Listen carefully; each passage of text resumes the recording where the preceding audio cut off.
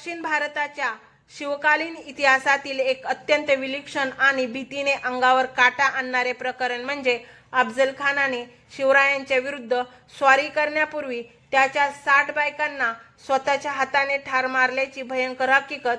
केव्हा, कसा व का घडला हा सर्व प्रकार? अफजल खानाचा गुरु कोण? या गुरुने त्याला काय सांगितले होते? या सर्व प्रकरणात शिवरायांचा काय संबंध आहे? कुठे आहे या दुर्दैवी बायकांच्या कबरी? हे सर्व खरे आहे की केवळ दंतकथा आहे? चला तर जाणून घेऊया हे सर्व प्रकरण अनेक नकाशे, फोटो, व्हिडिओ आणि ऐतिहासिक माहितीसह. हिंदू धर्मात पूर्वी असलेली पतीच्या निधनानंतर त्याच्या पत्नीने सती जाण्याची प्रथा आपल्याला माहीत आहेच. सती जाणे म्हणजे खूप मोठे पुण्य प्राप्त करणे आणि त्याचबरोबर सती जाणे हे सर्वोच्च त्यागाचे प्रतीक मानले जाईल. पती हेच सर्वस्व समजून पतीच्या निधनानंतर या जगात आपण राहायचे नाही असा निश्चय करून त्या मृत व्यक्तीच्या बायका सती जात असत. एक प्रकारे सती जाणाऱ्या या स्त्रिया स्वइच्छेने आपले आयुष्य संपवत असत. इहलोकाप्रमाणेच परलोकात देखील पतीला साथ देणे हे आपले कर्तव्य आहे अशा भावनेने या स्त्रिया पतीच्या निधनानंतर त्यांच्या शवाबरोबर स्वतःचे देखील आयुष्य संपवून टाकी. पण अफजल खानाने स्वतःच्या बायका मारल्याचे प्रकरण मात्र वेगळेच आहे. नवऱ्यानेच स्वतःच्या हाताने स्वतःच्या बायका मारून टाकण्याची ही अत्यंत भयंकर अशी घटना आहे. ही घटना अनेक पुस्तकांमध्ये नमूद झालेली आहे.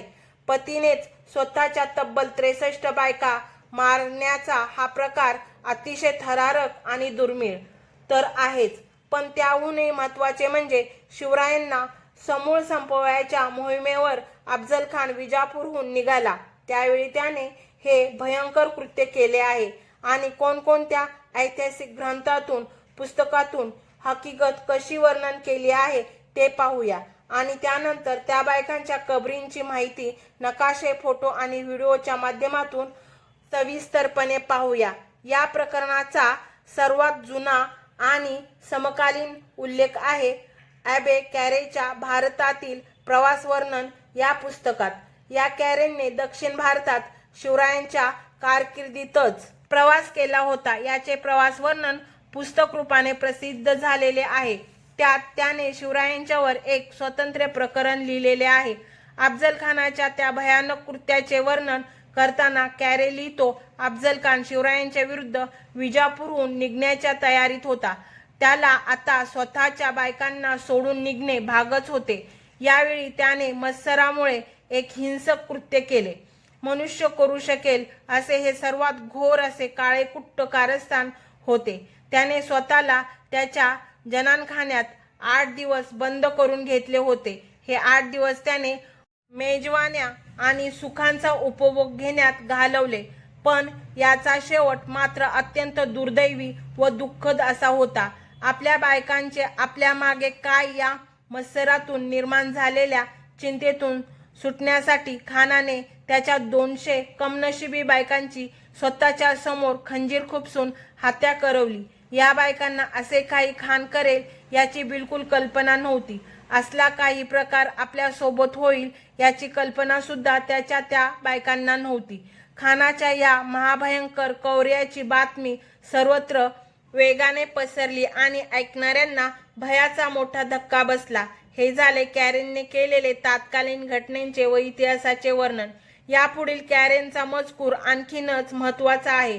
तो लिहितो, 1673 साली म्हणजे खानाने बायकांना मारल्यानंतर जवळपास 14 वर्षांनी मी सुरतवरून मद्रासला जाताना अफझलपूरला थांबलो. हे अफझलपूर अफजल खानाच्या जहागिरीतीलच गाव होते.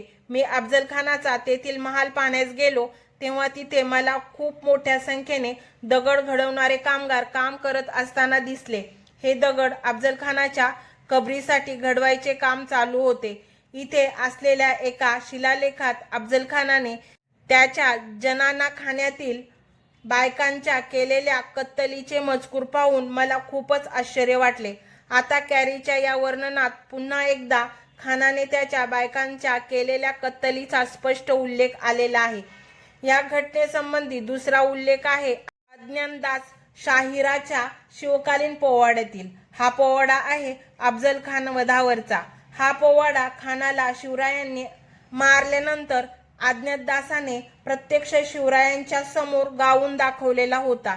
या पोवाड्यात खानाने शिवरायांना जिवंत पकडण्याचा पैजेचा विडा विजापूरच्या दरबारात उचलला आणि तो मोहिमेच्या तयारीस लागल्याच्या वर्णनानंतर पुढील कडवे आहे. खान कटकवंत केला, कोर्टाबाहेर डेरा दिला, मोठा अपशकुन जाहला, फंत्या लष्करा हत्ती मेला. याचा अर्थ असा, फौजेसह खानाने विजापूरच्या कोर्टाबाहेर मुक्काम केला तेव्हा त्याच्या फौजेतील फत्ते लष्कर नावाचा हत्ती मेल्याने त्याला मोठा अपशकुन झाला होता. ही माहिती अज्ञानदास शाहीर आपल्याला देतो. या घटनेसंबंधी तिसरा मजकूर आहे श्रीमंत महाराज भोसले यांच्या बकरीतील. ही बकर छत्रपती शिवरायांच्याच भोसले कुळातील शेडगावकर भोसले घराण्यातून उपलब्ध झालेली आहे. यामध्ये शिवछत्रपतींचे आजोबा मालोजीराजे यांच्यापासून थेट 1856 सालापर्यंतची हकीकत शिवरायांच्या स्वराज्य निर्मितीच्या कार्यासह नमूद केलेली आहे. या बकरीतील मजकूर असा आहे. आदिलशहाच्या दरबारात खानाने शिवाजीराजे यांस चढ्या घोड्यानिशी कैद करून जिवंत धरून आणतो असा विडा उचलला. विजापूरच्या दरबाराकडून अफजल खान शिवरायांच्या विरुद्ध स्वारी करण्यास नामजाद झाला. त्यानंतर तो तिथून त्याच्या घरी आला. आपल्या 60 बायकांना बोलावून त्याने सांगितले की शिवाजीराजे हाती लागले तर मी परत येईन, नाही तर तिकडेच माझा मृत्यू असल्यास मी तिकडेच मरून जाईन. बायकांना असे सांगून तो त्याच्या गुरुच्या दर्शनास गेला. तेव्हा त्याच्या गुरुला अफजल खानाच्या धडाला शिरच नाही असे दिसले. गुरुने खानाला विचारले, तुला शिर नाही, धड फक्त दिसते, यामागे काय कारण आहे? त्यावर अफजल खानाने दरबारातील त्याने पत्करलेल्या कामगिरीचा मजकूर गुरुला सांगितला. मग गुरुचा निरोप घेऊन खान पुन्हा आपल्या घरी आला. त्यानंतर त्याने आपल्या 60 बायकांना एकटीला खोलीत बोलून आणून तलवारीने त्यांची मुंडकी छाटून त्यांना ठार मारले.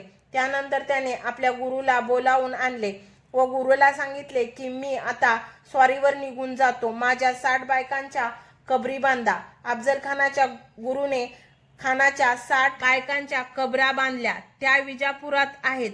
हा आहे शेडगावकर बकरीमधील मजकूर. आता हे 3 पुस्तकातील मजकूर सांगितले तेच अफजल खानाने स्वतःच्या बायकांना मारण्याची माहिती देणारे सर्वात जुने उल्लेख काय आहेत? ऑयबेकॅरेंचा मजकूर तर त्याने त्या काळातच लिहिलेला आणि प्रत्यक्ष स्वतः भेट दिलेल्या जागेवरील माहिती देणारा आहे. म्हणूनच पुरावा म्हणून याचे महत्त्व मोठे आहे. शिवरायांच्या काळापासूनच चालत आलेली ही माहिती पुढील काळातील अनेक लेखकांना पूर्वीची हकीकत म्हणून त्यांच्या पुस्तकात नमूद केलेली आहे. ब्रिटिश राजवटीतील 1883 साली छापलेल्या विजापूर जिल्हा गॅझेटियर मध्ये अफजल खानाने त्याच्या 71 बायकांना ठार मारल्याचे आणि त्यांच्या कबरी खानाच्या महालाच्या परिसरात बांधल्याची माहिती दिलेली आहे. हेनरी कॅझिन्स या इंग्रज अधिकाऱ्याने 1889 साली Bijapur the old capital of Adilshahi kings नावाचा ग्रंथ लिहिला. हा कझिन्स इतिहास लेखक तर होताच, शिवाय तो वास्तू रचनाशास्त्र आणि पुरातत्वशास्त्रात देखील पारंगत होता. त्याच्या त्या पुस्तकातील मजकूर असा आहे. जेव्हा खानाला त्याचे भविष्य सांगणाऱ्यांनी तो शिवरायांच्या वरील मोहिमेवरून कधीच परत येणार नाही असे सांगितले तेव्हा खानाचा त्यावर पूर्ण विश्वास बसला. यावेळीच त्याने आपल्या 64 बायकांना बुडवून ठार मारल्याचे सांगितले जाते.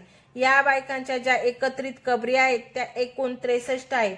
एक जागा रिकामी राहिली आहे. या कबरी आकाराने, रचनेने आणि बांधकामाने इतक्या एकसारख्याच आहेत की खानाने बायका मारल्याची कथा खरीच वाटते. या हत्याकांडातून खानाची एक बायको निसटल्याची ही कथा आहे.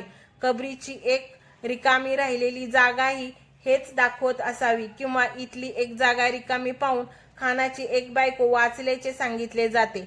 गॅझेटियन आणि हेनरी कझिन्स चे पुस्तक ही 125 वर्षापूर्वी लिहिलेली आहेत. 1672 सालापूर्वी पासून प्रसिद्धीस आलेल्या या हत्याकांडाची माहिती अशा प्रकारे विविध पुस्तकातून आपल्याला कळते. खानाच्या बायकांची संख्या 63, 64, 77, 200 अशी वेगवेगळ्या हकीकतीतून वेगवेगळी कळते. पण यातील 63 बायका हीच संख्या प्रत्यक्ष जागेवरील कबरी तितक्याच असल्याने बरोबर कळते. या संपूर्ण माहितीचा सारांश असा सांगता येतो, अफजल खानाने शिवरायांना कैद करून पकडून आणण्याचा विडा विजापूरच्या आदिलशाहीच्या दरबारात उचलला. मोहिमेवर जाण्यापूर्वी तो विजापूरच्या कोर्टाबाहेर मुक्कामाला थांबला. तेव्हा त्याच्या लष्करातील फते लष्कर हत्ती अचानक मेला. हा अपशकुन झाल्याने अफजल खान स्वतःचे भविष्य जाणण्यासाठी त्याच्या गुरुकडे गेला. त्यावेळी गुरुला अफजल खानाचे फक्त धड दिसले, डोके दिसलेच नाही. तेव्हा आपले काय होणार याचा अंदाज अफजल खानाला आला, तरीही त्याने मोहिमेवर जायचेच असे ठरवले. कदाचित आपण हे भविष्य खोटे पाडून दाखवू असा गर्व देखील त्याच्या मनामध्ये असेल, पण त्यासोबतच खानाच्या मनामध्ये आपण ठार होऊ शकतो ही भीती देखील होतीच. आपण गेल्यावर आपल्या मालकीच्या वस्तू आपल्या काही कामाच्या नाहीत, उलट त्यानंतर दुसऱ्याच्या मालकीच्या होणार. तेव्हा आपण स्वतः मरण्याआधीच त्यांची विल्हेवाट लावावी हा विचार खानाने केला. याच मत्सरी भावनेने त्याने आपल्या बायकांना ठार करण्याचे ठरवले. 8 दिवस जनानाखान्यात मनसोक्त सर्व सुखांचा उपभोग घेऊन त्याने अखेरीस सर्व बायकांना स्वतः तलवारीने छाटले किंवा खंजीर खुपसून या बायकांना खानाने ठार मारले. पण यातून त्याची एक बायको बचावली. बायकांना मारल्यानंतर त्याच्या कबरी बांधण्याची व्यवस्था करून अफजल खान विजापूरवरून शिवरायांच्या विरुद्धच्या मोहिमेवर रवाना झाला. आजही विजापूर जवळच्या अफजल खानच्या राहत्या वाड्याच्या परिसरातील या बायकांच्या कबरी 60 कबर या नावाने प्रसिद्ध आहेत. 1565 सालच्या तालिकोटच्या लढाईतील अशीच एक घटना नमूद आहे. विजयनगरच्या सैन्याविरुद्ध हुसेन निजामशाह सहसैन्य लढत होता. तेव्हा त्याने त्याचा जनानखाना सुद्धा बरोबर नेला होता. लढाईला जाण्यापूर्वी जनानखान्यातील प्रत्येक बायको शेजारी हुसेन निजामशहाने एक खोजा हातात नागवी तलवार देऊन उभा केला होता. कशासाठी? तर जर लढाईत हुसेन निजामशाह मारला गेला तर या खोजांनी तात्काळ हुसेन निजामशहाच्या त्या 100 बायका तलवारीने तोडून मारून टाकायच्या होत्या. हाच प्रकार अफजल खानाने केला, पण त्याने स्वतःच्या बायका केवळ मत्सरापायी आणि शंकेपायी अगोदरच ठार मारून टाकल्या. चला आता 60 कबरी नावाचे हे ठिकाण आपण प्रत्यक्षात पाहूया. विजापूर ते तिकोटा या रस्त्यावर विजापूर शहरातून रिंग रोड ओलांडून पुढे तिकोटाच्या दिशेने गेले की जेमतेम 1 ते 1.5 किलोमीटर अंतरावर आपल्या उजवीकडे गेलेल्या रस्त्याचा फाटा 60 कबर या ठिकाणाकडे जातो. मुख्य रस्त्यापासून फार तर 700 मीटर अंतरावर हे ठिकाण आहे. अजूनही या 60 कबरी पर्यंत जाणारा रस्ता झालेला नसल्याने वाहन आपल्याला 200 ते 250 मीटर दूरच उभे करावे लागते. झाडी झुडपातून जाणाऱ्या पायवाटेने जाताना आपल्याला डावीकडे एक जुनी मशीद दिसते. ही मशीद अफजल खानानेच बांधलेली आहे. इथून जवळच रस्त्याच्या शेवटाला डावीकडे 60 कबरीचे आवार आहे. हेच ठिकाण पुरातत्व विभागाच्या ताब्यात असून कंपाऊंड करून सुरक्षित केलेले आहे. तके अफजलपूर गावाजवळची अफजल खानची रिकामी कबर, 60 बायकांची कबर, अफजल खानचा राहता महाल, मशीद व मोहम्मद सरोवर या सर्वांचा हा एकत्रित नकाशा पहा. हा सर्व परिसर खानाच्या खाजगी जहागिरीतच होता.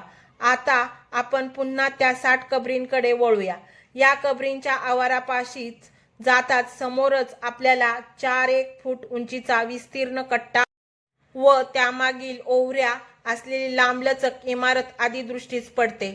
या 4 फूट उंचीच्या अत्यंत विस्तीर्ण अशा चौथाऱ्यावर त्या कुप्रसिद्ध घटनेने सुप्रसिद्ध झालेल्या अफजल खानाच्या बायकांच्या कबरी रांगेने आहेत. एकाच मापाच्या एकाच पद्धतीनं बांधलेल्या सर्व कबरी स्त्रियांच्याच आहेत हे त्यांच्या माथ्यावरील सपाट भागामुळे लगेच कळते. पुरुषांच्या कबरीवर कमानदार उंचवटा असतो तर स्त्रियांच्या कबरीचा वरचा भाग सपाट असतो. या कबरीच्या एकूण 7 रांगा आहेत. पहिल्या 4 रांगांमध्ये 11 कबरी आहेत. 5व्या रांगेत 5 कबरी आहेत आणि 6व्या व 7व्या रांगेत 7 कबरी आहेत. अशा प्रकारे इथे एकूण 63 कबरी आहेत. 5व्या रांगेत शेवटची जागा रिकामी आहे. ही रिकामी जागा 64व्या बायकोसाठी असावी, पण ती या हत्याकांडातून वाचली, त्यामुळे तिला इथे पुरले नाही आणि म्हणूनच 64वी कबर इथे नाही. त्या जागी फक्त मातीने भरलेला खड्डा आहे. या सर्व कबरी एकसारख्या, एकाच काळातल्या, एकाच वेळी बांधलेल्या आहेत आणि एकाच प्रकारच्या दिसतात. याचा अर्थ या 63 बायका एकाच वेळी एकत्रच मरण पावलेल्या आहेत. एकाच वेळी 63 बायका मारल्याचा इतिहास एकमेव हकीकत फक्त अफजल खानाने त्याच्या बायका मारण्याचीच आहे. एकाच जागी एकाच प्रकारे बांधलेल्या या 63 बायकांच्या कबरी आपल्याला हेच सांगतात. या कबरी शेजारच्या कमानदार ओवऱ्यांच्या इमारतींच्या मागे एक भव्य पण जुनी विहीर आहे. या ओवऱ्याच्या इमारती या दोन्ही टोकाला असलेल्या जिन्यामधून आपण या इमारतीच्या माथ्यावर जाऊ शकतो. इथून आपल्याला 60 कबरी आणि अफजल खानाच्या राहत्या वाड्याचा परिसर दोन्ही बाजूला स्पष्ट दिसतात. या जुन्या विहिरी शेजारी खानाच्या राहत्या वाड्याचे अवशेष आहेत. हा सर्व परिसर अफजलपूर गावच्या अफजल खानाच्या खाजगी जहागिरीतीलच आहे. काही लोकांच्या म्हणण्याप्रमाणे खानाने त्याच्या बायकांना याच विहिरीमध्ये बुडवून मारले होते, पण आबेकॅरे आणि शेडगावकर बखर शस्त्राने मारले असे सांगतात आणि हेच उल्लेख सर्वात जुने असल्याने खानाने बायकांना शस्त्राने मारले, डोके छाटून किंवा खंजीर खोपसून मारले हेच बरोबर वाटते. हा 60 कबरींचा परिसर आज अफजल खानाच्या महालाचा परिसर म्हणून प्रसिद्ध आहे. खानाची जी एक बायको वाचली तिची कबर तके अफजलपूर या गावातील चिंदगी शहा दर्गा परिसरात आहे. या ठिकाणी जायला पुन्हा आपल्याला मुख्य रस्त्यावर येऊन दुसऱ्या कडेने अफजलपूर गावच्या गावठाणात जावे लागते. या गावठाणातच अफजल खानाच्या गुरुचा म्हणजेच चिंदगी शहाचा दर्गा आहे. या चिंदगी दर्ग्याच्या आवारात अफजल खानाच्या बायकोची कबर अगदी समोरच आहे. अफजल खानाच्या 64व्या किंवा वाचलेल्या बायकोची कबर म्हणूनच ती स्थानिक लोक ओळखतात. अफजल खानाच्या बायकोच्या या कबरीमागेच अफजल खानाच्या गुरुची म्हणजे चिंदगी शहाची देखील कबर आहे. हा चिंदगी शाह 1684 साली मरण पावला. याच्या कबरीची इमारत अफजल खानानेच 1658 पूर्वी अगोदरच बांधून ठेवलेली होती. या आवाराच्या प्रवेशद्वारापाशी एक महत्त्वाचा लेख आहे. त्याची माहिती आपण दुसऱ्या एका स्वतंत्र व्हिडिओत पाहणार आहोत. मोहिमेवर जाण्यापूर्वी अफजल खानाने त्याच्या स्वतःच्या थडग्यासाठी तके अफजलपूर या गावापाशी त्याच्या कबरीची ही इमारत बांधून ठेवली होती. त्याची सविस्तर माहिती आपण गेल्या व्हिडिओत पाहिलेली आहे. शिवरायांच्या विरुद्धच्या मोहिमेवर खान निघण्यापूर्वी ही अफजल खानाच्या कबरीची इमारत पूर्ण देखील झाली होती. खानाच्या 63 बायकांच्या कबरीचा परिसर हा खानाच्या राहत्या वाड्याचा परिसर आहे. मोहिमेवर जाण्यापूर्वीच या बायकांना अफजल खानाने मारल्याने त्यांना खानाच्या वाड्याशेजारीच पुरण्यात आले. जर खानाच्या मृत्यूनंतर त्या इतर कारणाने मेल्या असत्या तर त्यांना अफजल खानच्या कबरीपाशी पुरले गेले असते. यावरून खान बायकांना मारून मोहिमेवर निघाला हेच बरोबर दिसते. तर मित्रांनो, अशी ही अफजल खानाने शिवरायांच्या विरुद्ध मोहिमेवर निघण्यापूर्वी बहुतेक आपण जिवंत परत येणार नाही या शंकेने केवळ मत्सरापायी केलेल्या त्यांच्या 63 बायकांच्या हत्याकांडाची विविध पुस्तकांमधील मजकुरातून उलगडणारी हकीकत, ही हकीकत जेवढी अविश्वसनीय आणि विलक्षण आहे तेवढीच ती अत्यंत भयंकर आणि अंगावर अक्षरशः काटा आणणारी अशीच आहे. या व्हिडिओतील माहिती आपल्याला आवडली असेल तर माझ्या चॅनलला लाईक, शेअर, सबस्क्राईब करा आणि एक कमेंट देखील करा. आपली एक कमेंट आम्हाला नवीन व्हिडिओ बनवण्याची ताकद देते. धन्यवाद.